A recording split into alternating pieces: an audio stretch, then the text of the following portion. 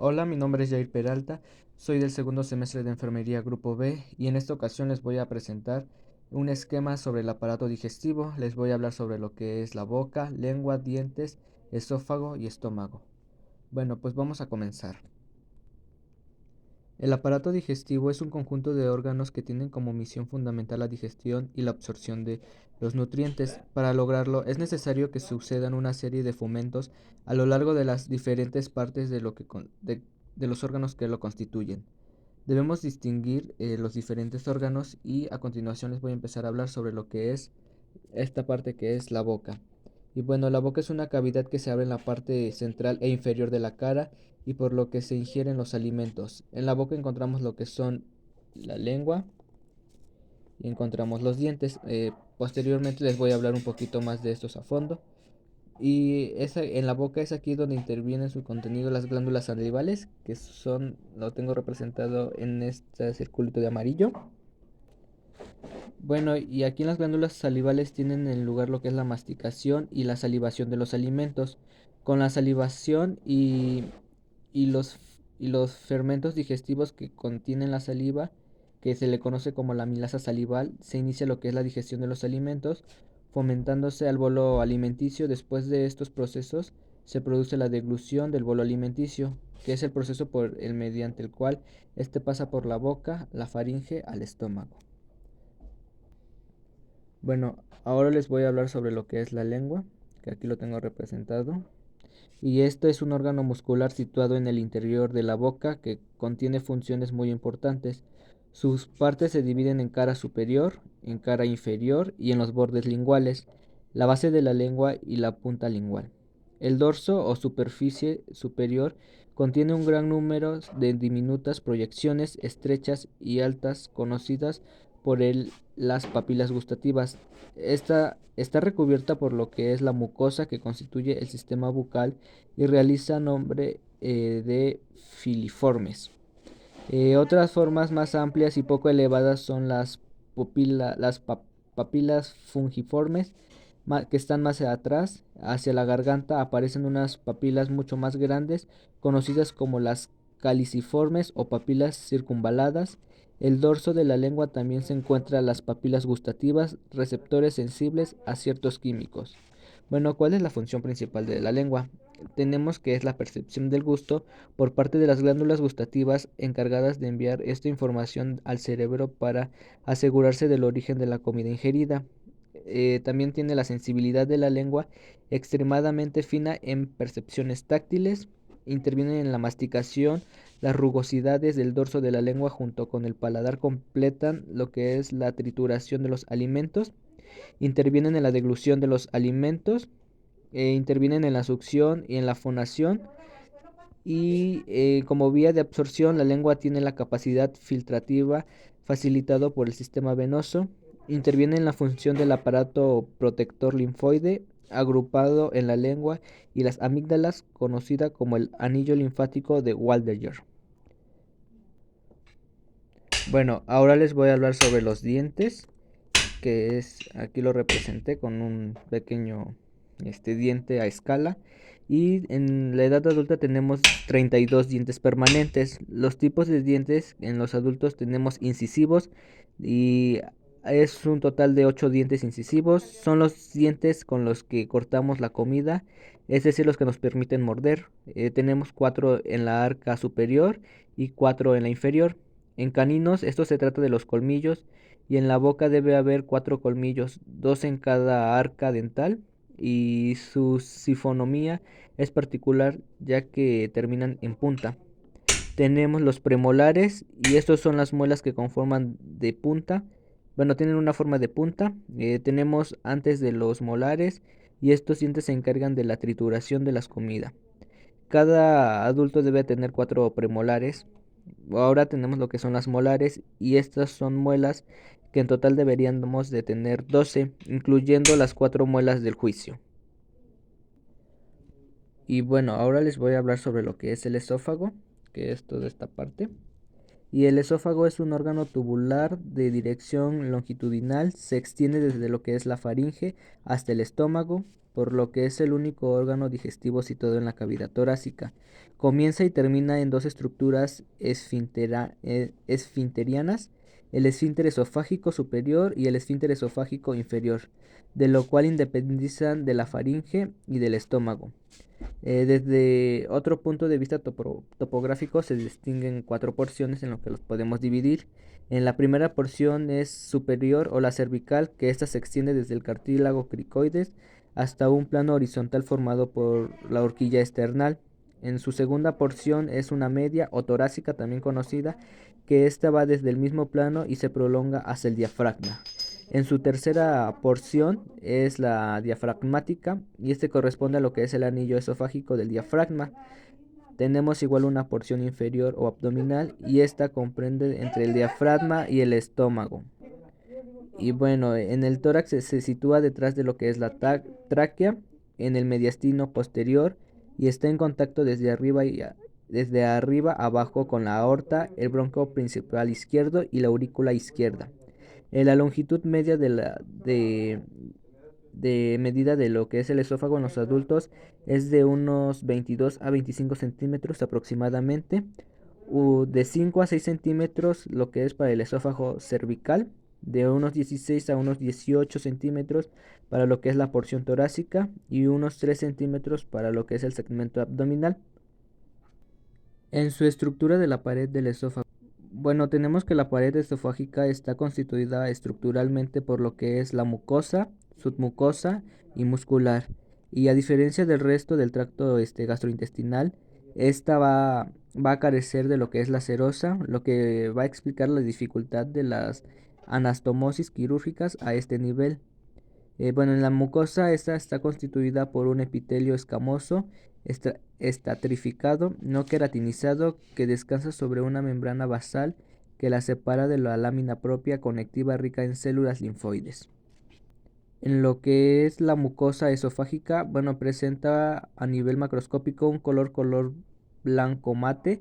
El límite entre la mucosa esofágica y la gástrica puede ser localizado con una línea festoneada que presenta el cambio de coloración. En la submucosa, esta está íntimamente adherida a la mucosa y débilmente adherida a la túnica muscular. La capa submucosa forma parte como lo que es la mucosa, la constitución de las arrugas que se observan en la superficie interna del esófago. Está formada por un tejido conectivo laxo con fascículos del tejido conjuntivo entrelazados de modo diverso. Esta es rica en vasos sanguíneos, fibras nerviosas y las glándulas tubulares de las mucosas, sobre todo en su tercio inferior. En la túnica muscular tiene la peculiaridad de estar constituida por dos capas, una circular interna y una longitudinal externa, y por musculatura tanto estriada como lisa. Entre ambas capas, interna y externa, se sitúa lo que es el plexo mientérico de la Auerbach y en general de los 2 a 6 centímetros perímetros del esófago son exclusivamente de la musculatura estriada. En lo que es la parte de la irrigación arterial del esófago provienen de varias funciones. Tenemos que el esófago cervical recibe lo que es sangre de las arterias tiroides superiores y en menor medida de las arterias tiroides inferiores. El esófago torácico depende fundamentalmente de las ramas de la arteria traqueobronquial y ramas directas de la aorta, aunque en realidad estas ramas van a formar una extensa red de pequeños vasos en lo que es el mediastino antes de llegar al esófago y van a penetrar como vasos de pequeño calibre en su musculatura y su submucosa. La unión del gastroesofágica se nutre entre las ramas de la arteria gástrica izquierda en la cara anterior y lateral derecha, mientras que en la cara posterior esta va a estar irrigada por ramas de la arteria esplénica. En lo que es el drenaje venoso se realizan en dos redes venosas. Tenemos lo que es una red intramucosa y otra submucosa que tienen amplias interconexiones entre sí, ramas perforantes que atraviesan la túnica muscular y desembocan una amplia red periesofágica en tres porciones, que es el tercio superior de la vena cava superior, el tercio medio en la acigos y el tercio inferior en la vena porta a través de las venas gástricas. Y bueno, en su drenaje linfático del esófago está muy interrelacionado entre sí, formando una amplia red periesofágica. Tenemos dos redes linfáticas de gran riqueza, una mucosa y otra muscular. Los vasos linfáticos que crecen en ambas zonas van de la superficie libre del esófago y ahí siguen caminando distintos según la zona esofágica. Tenemos el tercio superior del esófago que drena en los ganglios cervicales, tanto en las cadenas recurrentes como a las que se encuentran subesternocleidomastoideo. En la porción intratorácica, en los ganglios periesofágicos que forman parte de los ganglios mediastinos posteriores y se encuentran en su mayoría colocados en la parte anterior de lo que es el esófago y solo algunos son posteriores o laterales. Esta rica red periesofágica explica por qué los tumores esofágicos en el momento del diagnóstico se encuentran normalmente diseminados y en la porción intraabdominal desembocan los ganglios gástricos posteriores próximos al cardias. Y bueno, ahora les voy a hablar sobre lo que es el estómago, que es aquí lo puse. Y este es un órgano hueco que igual va a formar parte del aparato digestivo con una forma de J, como lo pueden ver. Y este está localizado en la parte superior y central del abdomen. Se encuentra próximo a lo que es el diafragma y a otros órganos abdominales como lo que es el hígado, el páncreas, el vaso o el colon.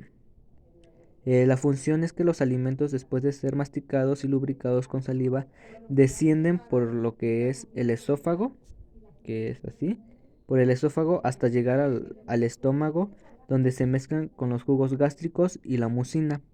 Estas sustancias producidas por las glándulas gástricas favorecen la digestión de los alimentos. La pared gástrica tiene unos músculos que se llaman, bueno, que son las capas musculares, que se contraen y se relajan, mezclando el bolo alimenticio con los jugos gástricos y desplazándolo hacia el píloro para que pase al intestino delgado. Eh, Anatómicamente se reconocen varias partes en el estómago, que es la unión esofogástrica, que es el cardias, el cuerpo gástrico, que incluyen los fundus, la curvadura mayor, la curvadura menor y el antro, el píloro, que es una zona de unión el estómago con el intestino delgado, y el estómago tiene tres capas: la mucosa, que es la capa más interna en las que están las glándulas; la muscular y la serosa, que esta es una membrana externa que recubre el estómago. Bueno, ¿y cuál es el tamaño del estómago? Bueno, este mide de unos 25 centímetros en su eje longitudinal, unos 12 centímetros aproximadamente en su eje transverso y unos 8 centímetros en su eje anteroposterior. Y su capacidad es de unos 100, de unos 1000 a 1500 centímetros cúbicos. Y bueno, les voy a hablar un poquito más de lo que son las áreas de lo que es el estómago. Y voy a comenzar con el cardias, que ese es un orificio que comunica el estómago con la porción inferior del esófago y cuenta con fibras musculares que contribuye a impedir que el contenido ácido gástrico refluya hacia el esófago. Luego tenemos lo que es el fundus, que esta es la porción superior del estómago próxima al cardias. Tenemos el cuerpo, que es la porción central o principal del estómago. El antro recibe este nombre, la región inferior del estómago próxima al píloro.